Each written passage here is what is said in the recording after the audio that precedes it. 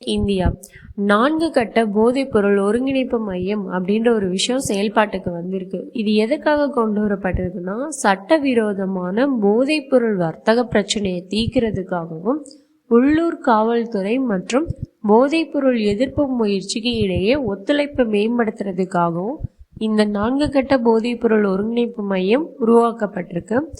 இதுக்கு 24 மணி நேர கட்டணமில்லா சேவை எண் கொடுத்துருக்காங்க. அதாவது எதுக்குன்னா, போதைப்பொருள் கடத்தல் இது மாதிரி செய்திகளை தெரிவிக்கிறதுக்காக ஒரு எண் கொடுத்துருக்காங்க. அது என்னன்னா 1933. இந்த எண்ணுக்கு நம்ம எப்போ வேணாலும் கால் பண்ணி போதைப்பொருள் கடத்தல் சம்மந்தமாக நம்ம தகவலை தெரிவிக்கலாம்.